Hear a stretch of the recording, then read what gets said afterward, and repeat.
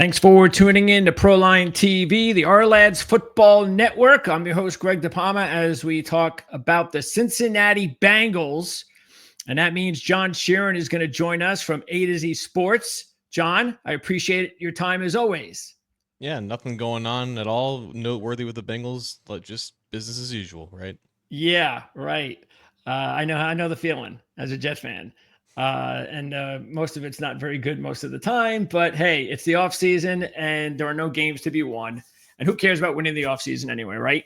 But yes, there is obviously a lot going on with the Bengals, and it concerns one very big player. So before we get into the draft, again, that's going to be the primary purpose of this interview.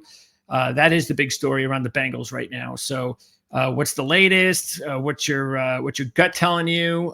What's going on with Trey Hendrickson? Nothing good at all. This is a team, a franchise, an ownership group that likes to keep things private, particularly when it's involved money. And that was my sentiment with both Joe Burrow and Jamar Chase when they dealt with their own contracts situations in previous years.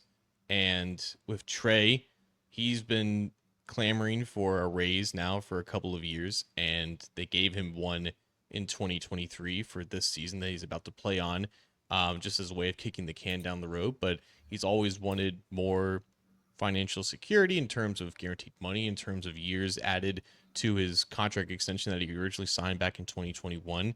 And now he's taking a stand. For the past 3 months, he's had multiple appearances on the Pat McAfee show. He's released statements to the press. He showed up today. We're recording this on Tuesday for voluntary workouts in what looked to be like he was about to play golf. And he was talking to reporters for 25 minutes during the actual practice session, basically trying his best to clear the air on everything that's been happening. His whole beef is that there hasn't been any real communication with the powers that be with this organization about what he wants in terms of a contract.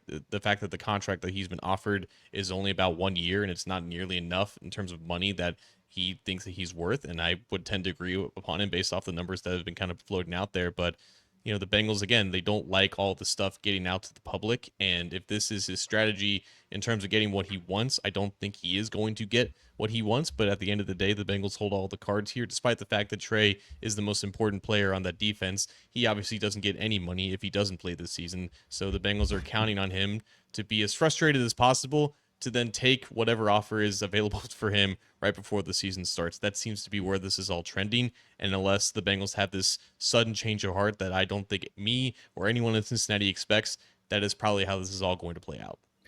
So do you think if he was a better soldier that this would possibly have a better chance of getting done, or knowing the Bengals organization, it really didn't matter what Hendrickson, how he approached it?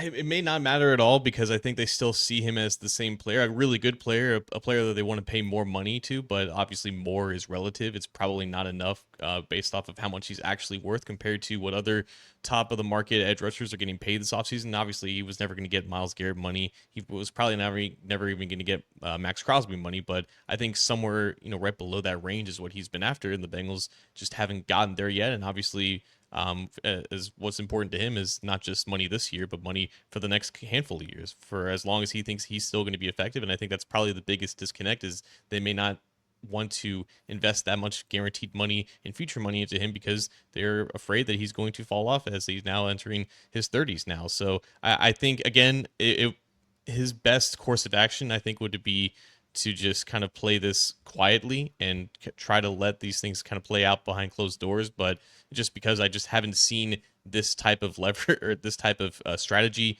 from a player ever work on the Bengals. They're an extremely petty organization and they take things very personally. So again, I don't think it's the best strategy for him getting what he wants, but clearly he's desperate and we'll see if it works out. Do you think because of that history that he knows what he's doing and he really doesn't want to be here? No, I think he really does want to be here. I think him showing up and saying everything that he had to say and everything that he has said this offseason has been, I want to stay with the Bengals. And I think if he really wanted to leave and just be somewhere else, I think he would be willing to play out the remainder of his deal and be like willing to do that just so he can enter free agency next year and, you know, cash in when that's available. But I think he also realizes that his best chances of making the money that he wants is to get paid this year when he's coming off of his best season. He was a freaking all pro, for God's sakes, Yeah. right? Like, and he's not getting any younger. So I think he realizes that the best chance to get what he wants is to get it with his team. And he's been very open and adamant about, you know, this is my home. You know, my wife works here. My son was born here. Like this is a community that he's been accepted with. And I don't think he wants to play anywhere else, but he also prioritizes his future in terms of his potential earnings and everything that comes with that. So I think he kind of sees it as, I want to stay here, and this is also where I can probably make the most money right now, because the odds of him getting traded are slim to none after the NFL draft. And I think he's kind of realized that. Okay. Yeah. I mean, I ask these questions because it is kind of, it is weird that knowing the organization, why he would take this stance with the media, kind of confusing, but everybody's different, you know, and we don't know everything. So, but look, as a Bengal fan, you obviously want him. No question about it. He is the force on defense. And this was not a very good defense, as we all know, the last few seasons. And he was really the only thing on defense that kept anything going as far as hope on that side of the ball. So, and we're going to get into, of course, what they did with the draft to try to shore that up. So what's your best guess looking ahead? How do you think, knowing the organization, knowing Hendrickson, how do you think it's going to unfold? I think that he'll hold out of basically everything offseason related. I don't think he's going to report to training camp. And if he does, he's just going to do what Jamar Chase did and just kind of watch from the sidelines. It's going to be a distraction for the team. It's going to be a distraction for the organization. It's all we're going to talk about in July and August. And I think when push comes to shove, when he realizes that, you know, like, I'm about to forfeit $60 million, he's going to end up playing. Yep. And that is the most likely scenario. But I do think that there is a definite scenario in which the Bengals make him one final offer, and maybe a little bit more than what they're offering him now. And he'll kind of see it as, this is the best I'm going to get. And I don't want to risk entering the season without getting at least some type of a pay raise, because, again, like, this is his best chance, his best time to get paid. They just want to wait him out. And I think that it's worked for them in the past. Obviously not in the sense of putting the team in the best position to win. I think those are two very different situations. They always just want to win in terms of just the strict business side of things, though. Winning be damned. So that's what they're positioning themselves to do. And again, they have all the leverage here to do it.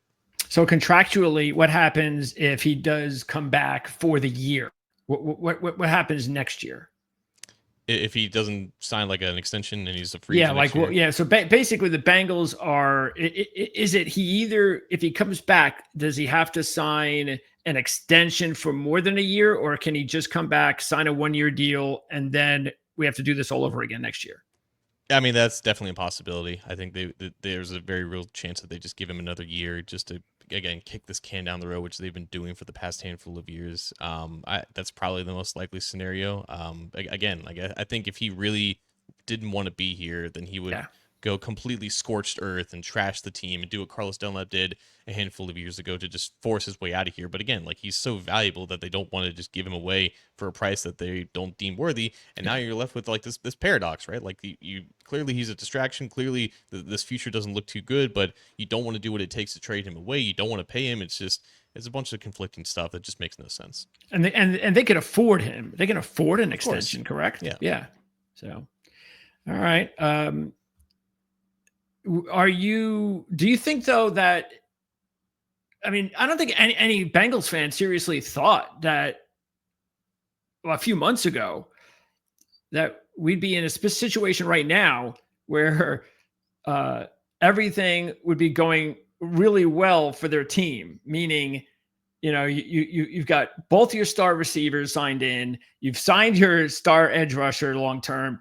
Hey, we're ready to go. Let's go get them. I mean, because there was a lot of indecision and a lot of conjecture regarding whether or not, obviously we talked a lot about whether, I mean, I remember I was surprised when we talked the last time. I thought T. Higgins was a goner. A lot of people thought T. Higgins was a goner. You did initially. And then, time passed at the end of the season. And it only takes a couple of months, and that's exactly what happened. And then all of a sudden, T. Higgins looked like everything was going to be okay, and he was going to be back, and that's exactly what happened. So, I guess, long story short, isn't this kind of expected? I don't think Bengals fans could have anticipated it was going to go perfectly. There was a brief moment, I think, when when that was a possibility. But then, as February was slowly getting closer to March, and it didn't seem like there was any progress made on all three fronts, you started to feel like, yeah, something's going to happen here.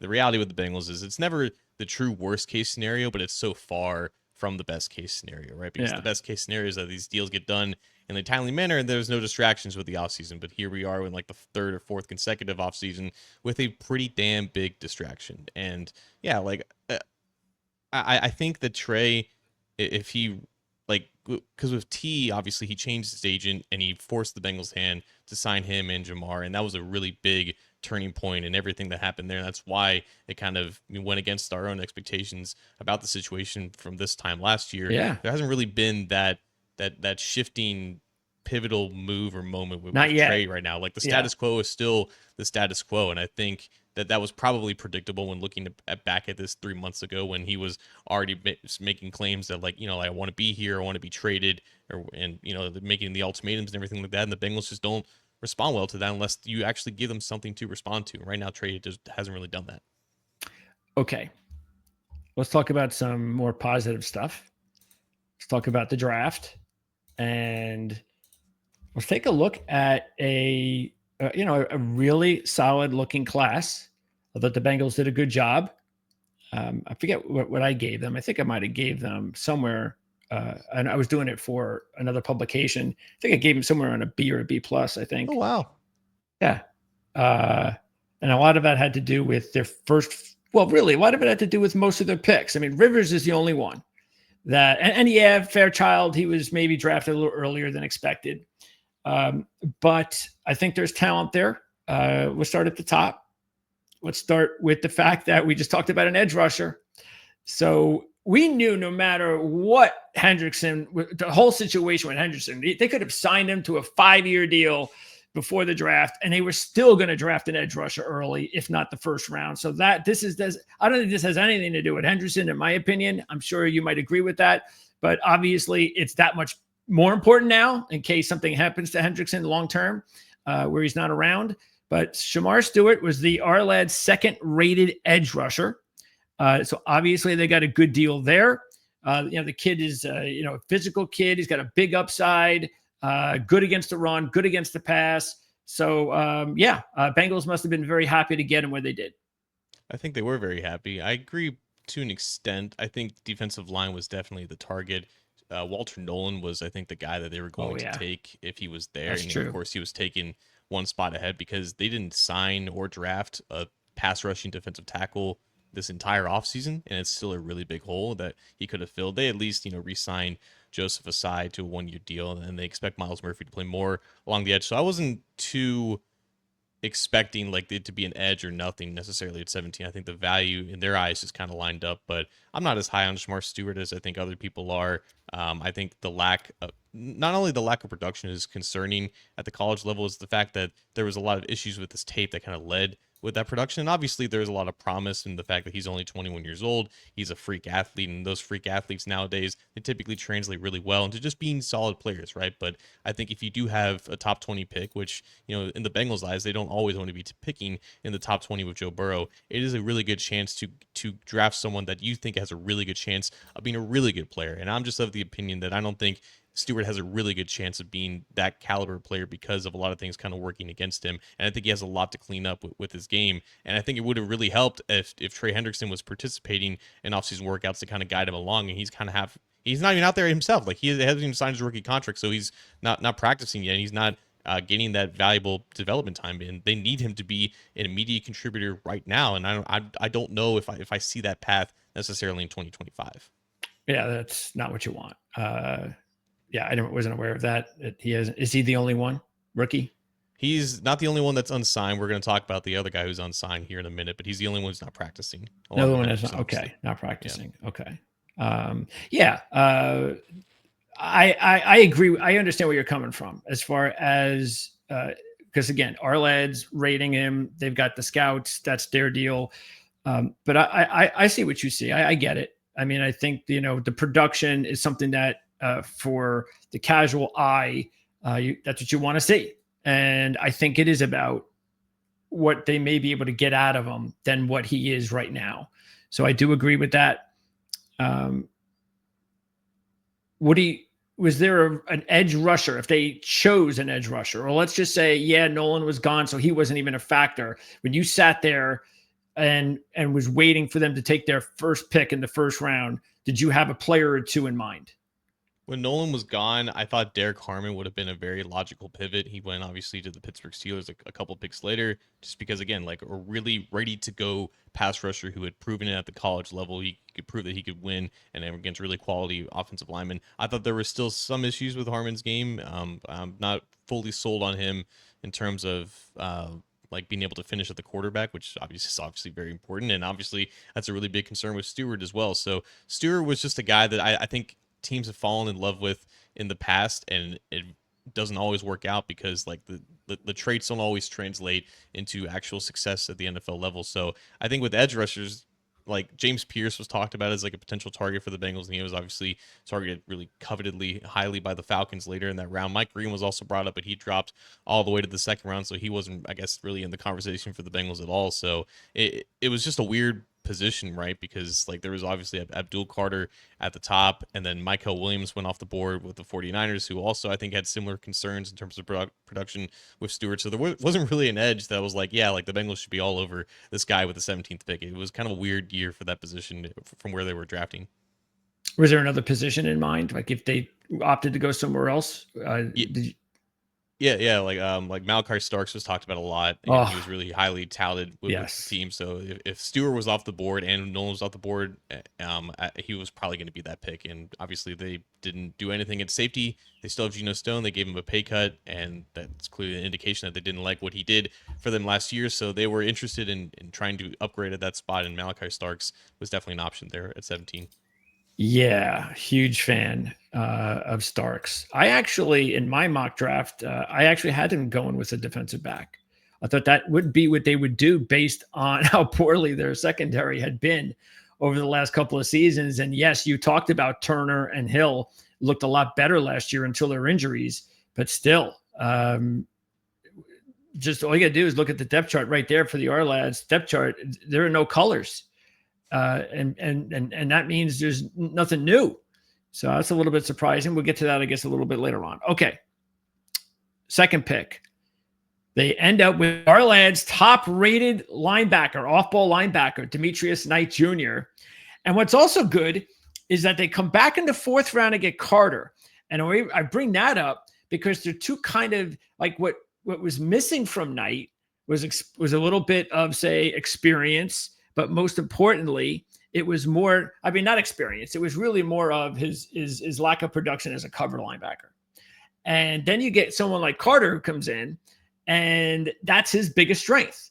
So I like the fact that they were able to do that they were able to say, okay, well, Knight does a lot of this, but there's one thing we're not sure about, and he's got to take that next step to be a 3-down linebacker. But in the meantime, we got Barrett Carter. We know he can cover, so we're okay there. What did you think about adding both Demetrius Knight and Barrett Carter?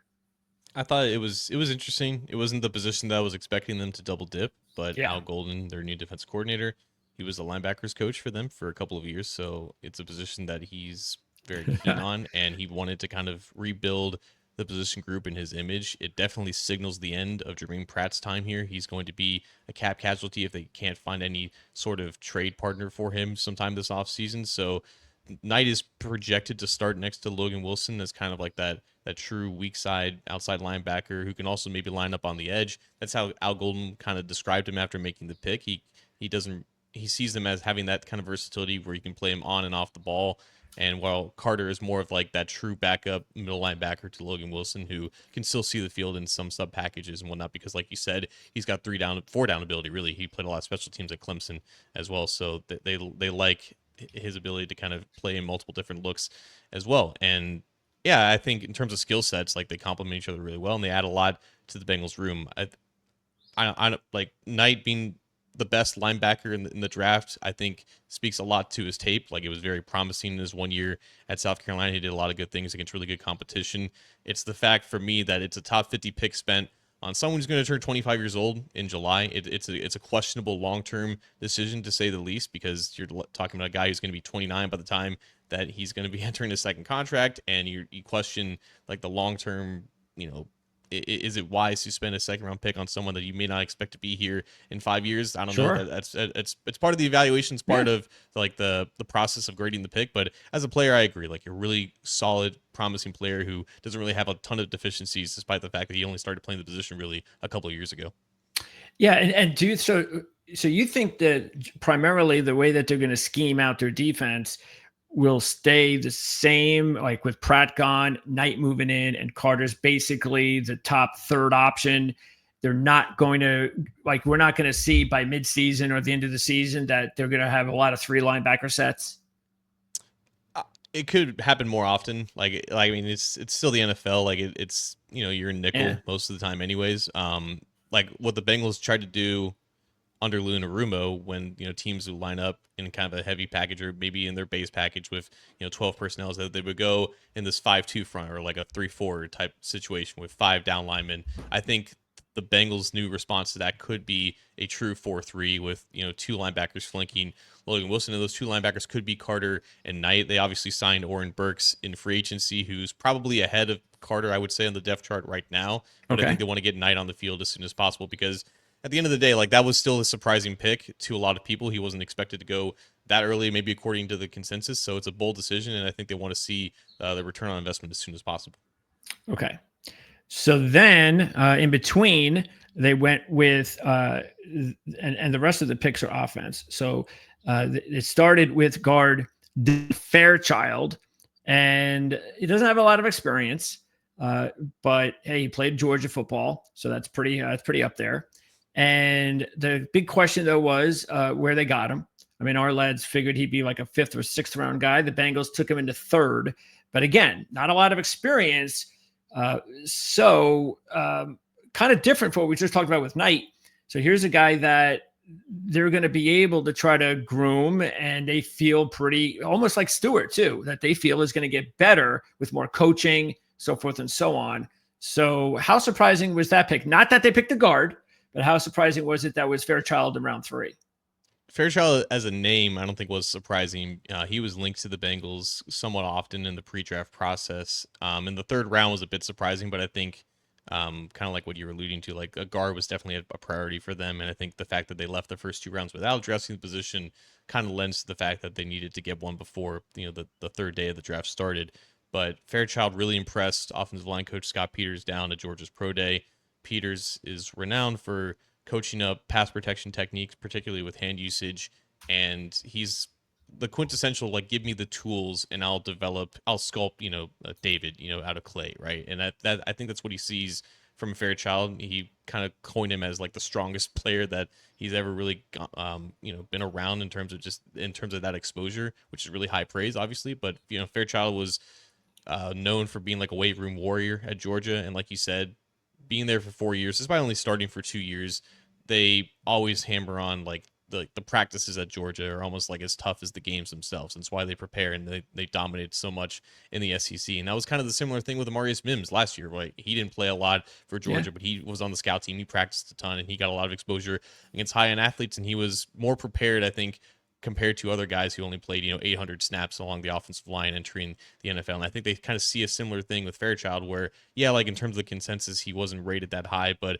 as someone who didn't play a lot but can still be molded into a much better player than he is right now, they may see him as a value pick, where like he probably would have went earlier than the 3rd round had he stayed another year, had another solid year of film, and maybe would have been drafted higher. So that's at least their vision of him, and he is now tabbed to be the favorite to be the starting left guard, which, again, maybe a little bit too early for him to see the field like that, but they're going to give him every chance in the world to start at that position.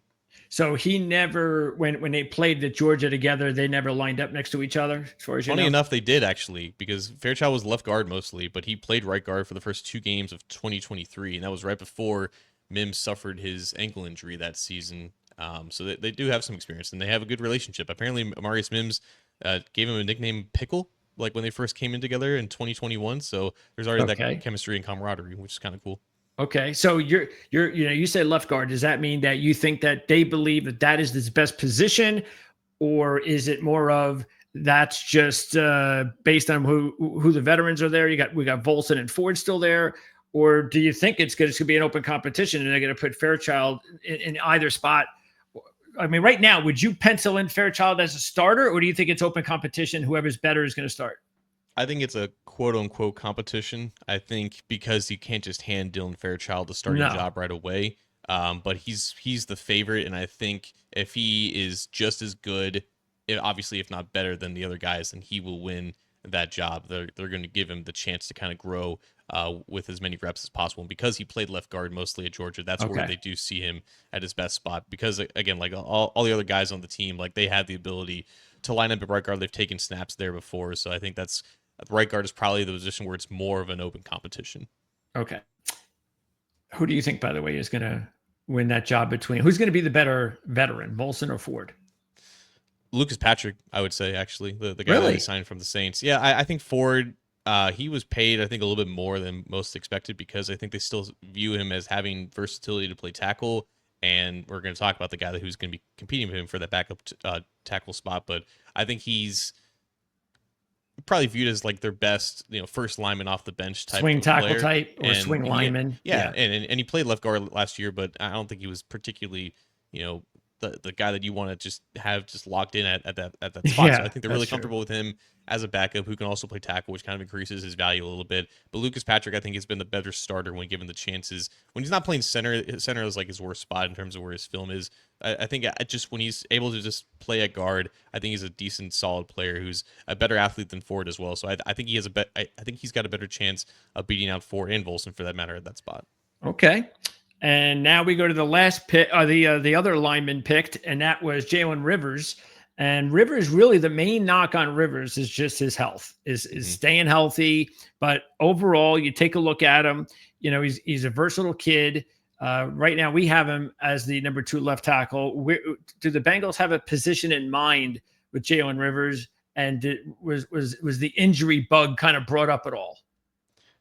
It wasn't. I honestly wasn't really brought up that much when talking about him. Obviously, it's why he was there in the 5th round because the tape is really clean. And had he stayed healthy and played, obviously for a team that was in the spotlight last year for Miami, like I think he would have been drafted a lot earlier, even if he's not the best athlete. But someone who has this rare versatility, like to be able to play left tackle and left guard in the same games, like for 7 consecutive weeks, is almost unheard of. I don't know why Miami was having him do that, but it definitely stood out in the Bengals' eyes. And I think he's definitely good enough, I think, to compete to start at one of the guard spots. But considering the fact that they don't really have, outside of Cody Ford, they don't really have a reliable backup tackle, I think that's where his role makes sense. And plus, I don't know if you can count on him to start as a rookie if, like you said, he hasn't proven he can stay healthy for an entire season outside of just one, I think, at Miami. So having him as a backup to develop in that role, to give them some type of depth and size at the tackle spot, I think it makes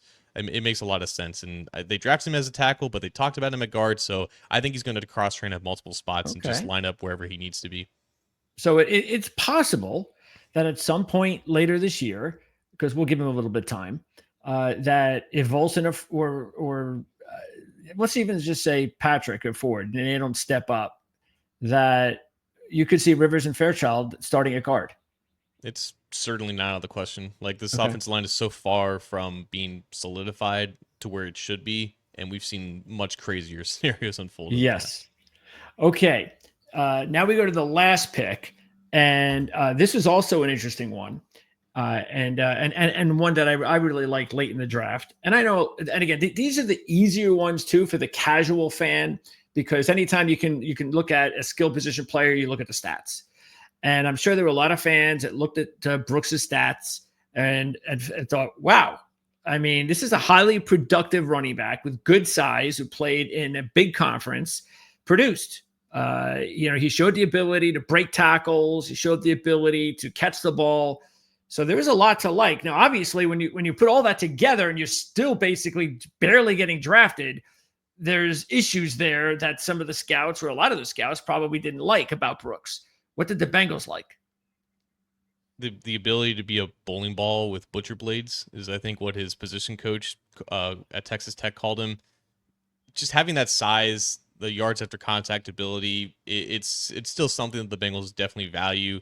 Chase Brown is not like he's not as small as maybe people may think that he is, but he's definitely not the No. size that Taj Brooks was at Texas Tech, and the consistency with his production. Obviously, Big 12 is not renowned for their defenses and everything like that, but he was always showing up. He was always staying healthy, taking care of his body, and I think he almost logged like 900 carries at Texas Tech, and he was still productive up until the very last year, which is why he's one of the most productive Big 12 running backs in the history of that conference. So the all-around ability, just being on the field for 3 downs, pass protecting is also something that they really value at that spot, and he did that really well at a high level and really often at Texas Tech. And it was a really stacked running back class, and I think the fact that he didn't look like the athlete that he may have tested at that size, I think that may have pushed him down some boards a little bit. So they saw him as a guy that probably should have been drafted, a round or two earlier, but to have all that production, to be adept in pass protection, so that he can contribute immediately over the likes of Samaje Perine or Zach Moss, I think that all kind of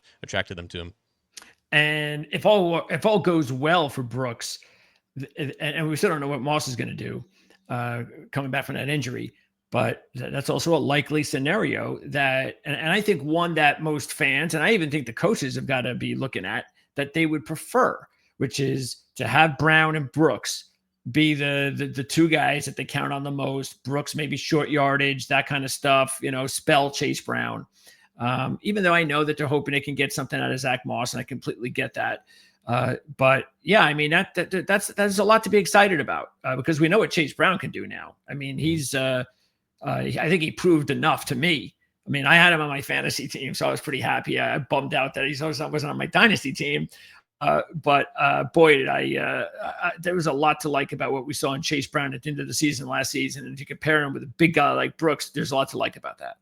100%. The group at running back looks a lot better than it has in recent years, just from like a four player depth perspective. And like Moss and Perine, they don't have to be anything spectacular this year. I think they're just more of veterans that Brooks can look at and try to emulate as much as possible in training camp, so that he's able to earn trust of Joe Burrow and the offense to get on the field as the season does progress. Like, with Chase Brown, even Joe Mixon back in 2017, like he didn't see the field all too often immediately as a rookie. It takes some time for these running backs to kind of earn trust within the offense. And now that you have established vets, and Perine, who obviously has leftover trust from his time with the Bengals previously, Zach Moss, who they clearly still wanted to be on the team, if not, they wouldn't have given him some guaranteed money with his pay cut that he took a couple weeks ago, and obviously Brown, who leads the group. So it's a really strong 4 running back depth chart at this point, which is not something the Bengals could have said in years past. Okay, have you done enough research on the UDFAs yet? A couple of them. Yeah, I can talk about a couple. So the ones that stand out to me are, let's see. Well, obviously McLaughlin. So that's an easy one because of his time in Alabama and Ohio State. And eventually someone is going to take over that pivot role in the next couple of years. Cross stands out because of Notre Dame, but he was disappointing actually, which is why he wasn't drafted. Eric Gregory, I think, is interesting. But the one that really sticks out to me more than any of them is Caleb Etienne. And that's because I remember I was doing a BYU interview last year when they were undefeated later in the season. And my BYU insider, who does a great job, by the way. And he said that I asked him, I said, why, give me some of these guys that we should be keeping an eye on and, maybe to draft. And there were a couple of guys that he pointed out. One of them was Etienne, and he loved Etienne. And so I decided to make sure that I kept an eye on him more than I would have in the past. And so that's a guy that really, I think, could be a nice little sleeper. But overall, there's a decent number of guys they signed after the draft. So who were the guys that you heard that we either paid the most, that they were interested in the most, and that you might have heard some good things about so far?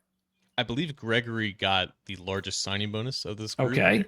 And that makes sense because defensive tackle is the position where you could expect one of these guys to make the team. There's only 4 on the roster who are locks, and they could definitely go 5 there because they suffered a lot of injuries with that group, and they made it a point of emphasis to get more deep there, even though they didn't draft anyone. They only signed TJ Sladen, who's a nose tackle. So they need just any pass rushing presence up the middle. I think when healthy, Howard Cross the third was really good at that role in 2023. He suffered a high ankle sprain last year, which is why his stock, dipped and everything like that. And his production wasn't the same as, when he was in years past. But obviously he's someone that Al Golden is intimately familiar with, which gives him a really good chance to make the team. But Gregory was at Arkansas forever. He's a really good athlete, and I think he produced in some situations against SEC competition. So those are two guys to really watch out for. McLaughlin, I think he's going to be cleared, I believe, in July from his torn Achilles. Okay. And I wouldn't put him over Matt Lee just yet, even if he is healthy, because I still think Matt Lee has a lot of promise as a backup center. But that's obviously you can't have enough depth along the offensive line. But Etienne, like I learned more about him after they signed him as someone who came from Oklahoma State because he couldn't keep that starting job, but then he took over for Kingsley Sumatea. Just has all the tools, right, that the Bengals love in their tackles, like incredible arm length, incredible size, density, and I think for what Scott Peters was looking at in terms of rookies this year, he just wants like giant molds of clay. They at least has a baseline of talent where he can, these guys can eventually adapt to the techniques and the teachings that he wants to kind of implement on these guys. So again, there's not a lot of depth at tackle right now for the Bengals, aside from Jalen Rivers, who again, we don't know if he can stay healthy. So there's definitely a chance that ETN can impress in the preseason and obviously in training camp and maybe push for a roster spot. Any of those three receivers better than the other or has a leg up on the other? Jordan Moore, in terms of his production data and a lot of big time moments at Duke, like that makes a lot of sense. A former quarterback who was a leader for them. Rashad Owens had some really good games for Oklahoma State as well. Jamoy Mays went to UC. I'm a UC alum, Cincinnati. I don't remember him playing at all, which is maybe an indictment on me. But no, Moore, I think I think he's gonna he's gonna make some plays in training camp. He's gonna push for a roster spot because right now, like Jermaine Burton is a giant question mark, obviously, with everything that he did last year. They have their top three locked, but after that, like Charlie Jones needs to stay healthy if he wants to stay on the team. And then the six wide receiver spot is, I think, extremely up in the air if they even keep six wideouts. So, Moore and Owens and Mays, for that matter, they all have a chance, I think, of cracking that top six. Special teams. This was a spot that we figured wasn't really going to be very active, and they weren't. So everything's pretty much going to come back the same. You believe that? Does this Wagner kid have a shot or?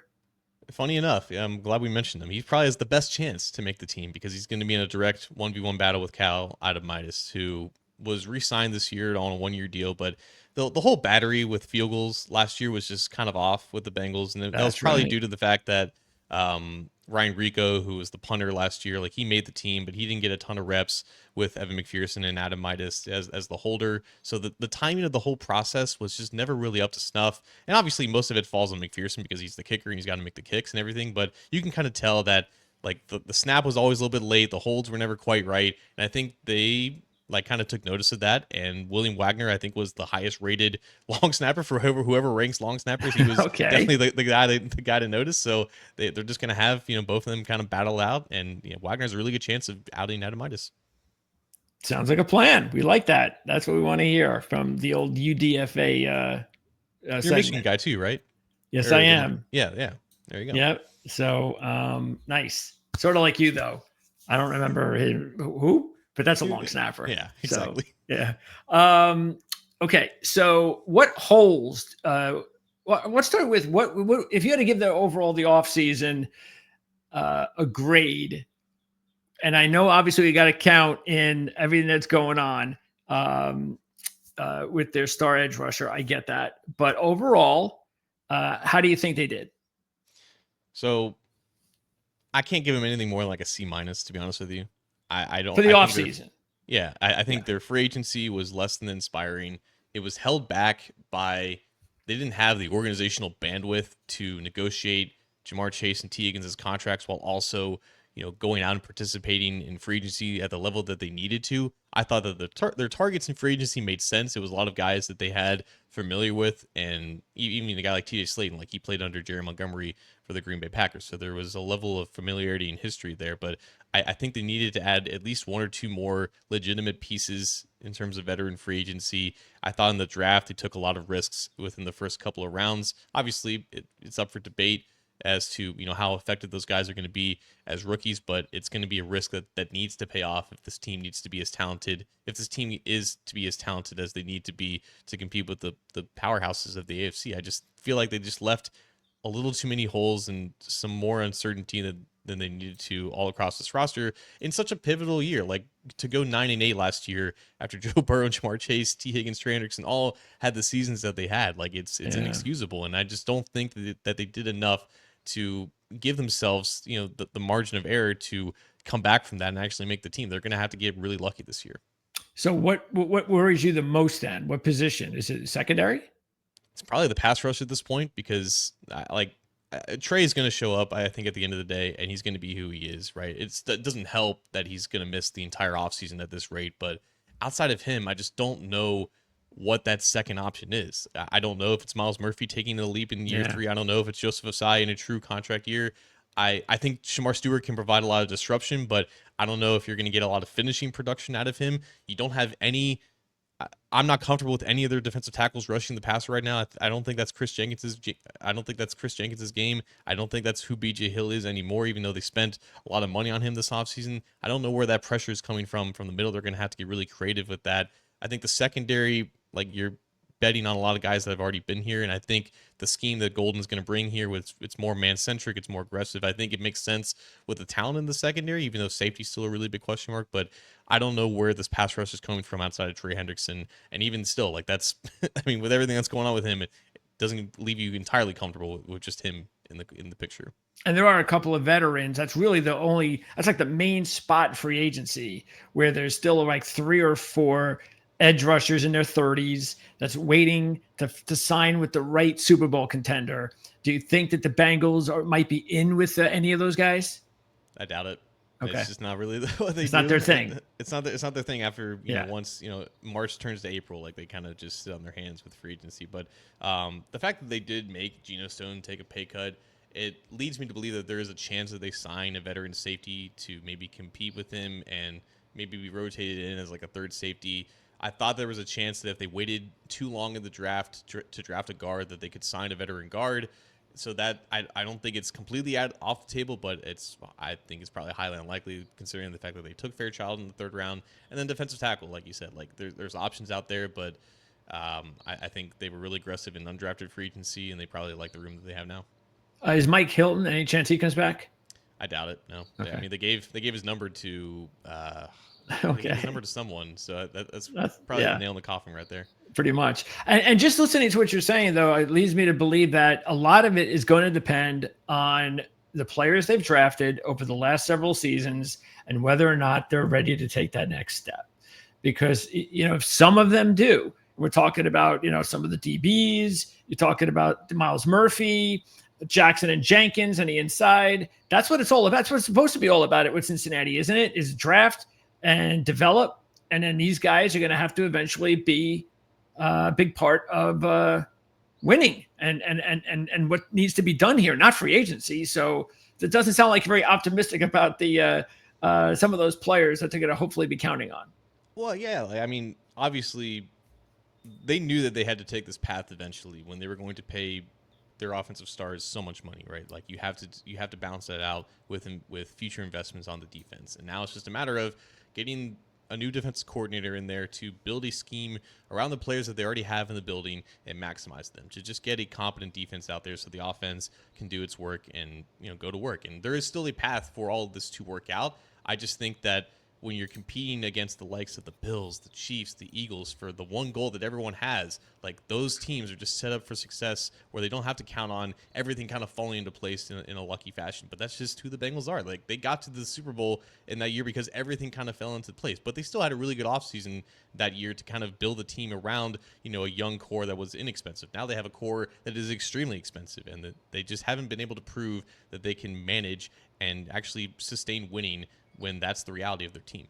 Well, that's why I think it's interesting. Like, I was just talking with Fred Greetham about the Browns yesterday, and the difference between the Browns and the Bengals is that the Browns have a very deep roster and a very, there's a lot of talent there, and they've done a good job, but they basically have one difference maker. That's it.